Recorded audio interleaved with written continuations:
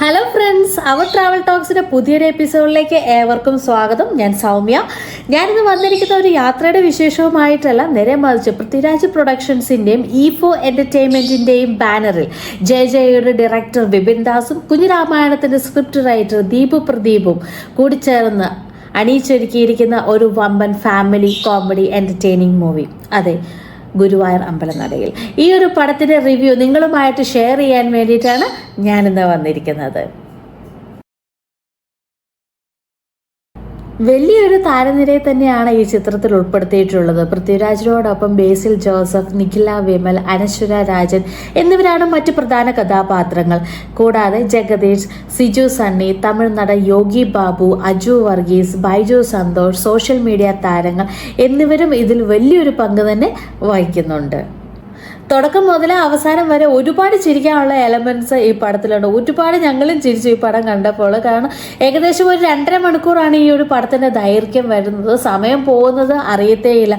ഒരു തമാശ കഴിയുമ്പോഴത്തേക്കും അതിൻ്റെ ബാക്കിയായിട്ട് അടുത്ത തമാശ ഇങ്ങനെ കണ്ടിന്യൂസ് ആയിട്ട് വന്നുകൊണ്ടിരിക്കുകയാണ്. വളരെ ഭംഗിയായിട്ടാണ് ഈ പടത്തിൻ്റെ ഫസ്റ്റ് ഹാഫും സെക്കൻഡ് ഹാഫും എടുത്തിട്ടുള്ളത്. നായകൻ ബിനു രാമചന്ദ്രൻ്റെ റോളിൽ ബേസിൽ ജോസഫും നായിക അഞ്ജലിയായിട്ട് എത്തുന്നത് അനശ്വര രാജനുമാണ്. കൂടാതെ വിനുവിൻ്റെ അളിയനായിട്ട് എത്തുന്നത് പൃഥ്വിരാജാണ്. കഥാപാത്രത്തിൻ്റെ പേര് ആനന്ദ് എന്നാണ്. ആനന്ദിൻ്റെ ഭാര്യയുടെ റോളിലാണ് നിഖില വിമൽ പാർവതി എന്ന കഥാപാത്രമായിട്ട്.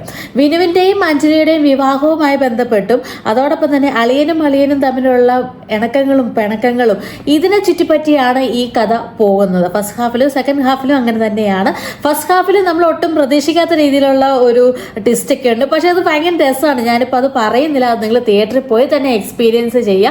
സെക്കൻഡ് ഹാഫിലാണെങ്കിലും നമ്മൾ പ്രതീക്ഷിക്കാത്ത ചില കാര്യങ്ങളൊക്കെ അതിൻ്റെ അത് സംഭവിക്കുന്നുണ്ട്.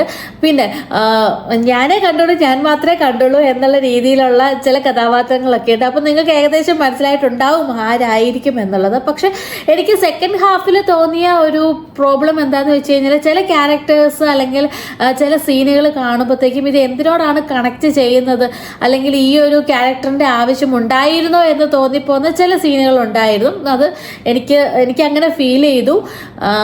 പിന്നെ ഓവറോൾ നോക്കുകയാണെന്നുണ്ടെങ്കിൽ ഈ പടം നല്ല രസമാണ്. ഒരുപാട് ചിരിക്കാനും സന്തോഷിക്കാനും ഉള്ള ഒരു എലമെൻറ്റ്സ് തരുന്ന ഒരു പടം കൂടിയാണ് ഗുരുവായൂർ അമ്പലനടയിൽ. ഇതിൽ അഭിനയിച്ചിട്ടുള്ള ഓരോ ക്യാരക്ടേഴ്സിനാണേലും പടത്തിൽ ത്രൂ ഔട്ട് ആ ഒരു എനർജി മെയിൻറ്റെയിൻ ചെയ്യാനായിട്ട് സാധിച്ചിട്ടുണ്ട്. പിന്നെ പൃഥ്വിരാജിൻ്റെ പഴയ കോമഡി പടങ്ങളിൽ കണ്ടുവന്നിട്ടുള്ള ഒരു സ്റ്റൈൽ ഓഫ് ആക്ടിങ് തന്നെ എനിക്ക് ഇതിലും ഫീൽ ചെയ്തു. ബേസിലാണെങ്കിലും നല്ല രീതിയിലുള്ള തമാശയും കാര്യങ്ങളൊക്കെ ചെയ്തിട്ടുണ്ട്. പിന്നെ ബാക്കി എല്ലാ ആക്ടേഴ്സും നല്ല രീതിയിൽ ഒന്നിനൊന്നിന് മികച്ചതായിട്ട് തന്നെയാണ് എല്ലാവരും ഇതിൽ പെർഫോം ചെയ്തിട്ടുള്ളത്. ഈ ഒരു പടത്തിൻ്റെ ഷൂട്ടിംഗ് നടത്തിയിരിക്കുന്നത് ദുബായിലും കേരളത്തിലും ആയിട്ടാണ്. ഇതിൻ്റെ സെക്കൻഡ് ഹാഫിലെ ഗുരുവായൂർ ടെമ്പിൾ റിയലിസ്റ്റിക് ആയിട്ടാണ് നമുക്ക് ഫീൽ ചെയ്യുന്നത്. സെറ്റ് ഇട്ടിരിക്കുന്നതാണ്.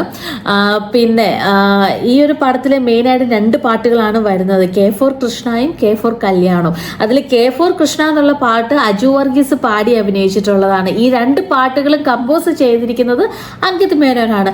ഇത് കൂടാതെ ഇതിൻ്റെ അകത്ത് വേറെയും പാട്ടുകളുണ്ട്, ചെറിയ ചെറിയ പോർഷൻസ് കോറസുകളായിട്ട് പാട്ടുകളുണ്ട്. പക്ഷെ മെയിനായിട്ട് 2 ഇതിൽ വരുന്നത്. അപ്പം പടം ഓവറോൾ സൂപ്പർ പടമാണ്, അടിപൊളി പടമാണ്. നിങ്ങൾക്ക് ഫ്രണ്ട്സിനോടൊപ്പം അല്ലെങ്കിൽ ഫാമിലിയോടൊപ്പം പോയി കാണാനായിട്ട് പറ്റുന്ന ഒരു സൂപ്പർ പടമാണ്. അപ്പം എത്രയും പെട്ടെന്ന് സമയം കളയാതെ നിങ്ങളുടെ ഇപ്പോൾ വീക്കെൻഡൊക്കെ ആയി, അപ്പം എല്ലാവരും പോയി പടം കാണുക, അടിച്ചു പൊളിക്കുക, നിങ്ങളുടെ കമൻറ്റുകൾ രേഖപ്പെടുത്തുക. So this is Soumya signing off. മറ്റൊരു വീഡിയോയുമായി കാണുന്നത് വരെ ബൈ.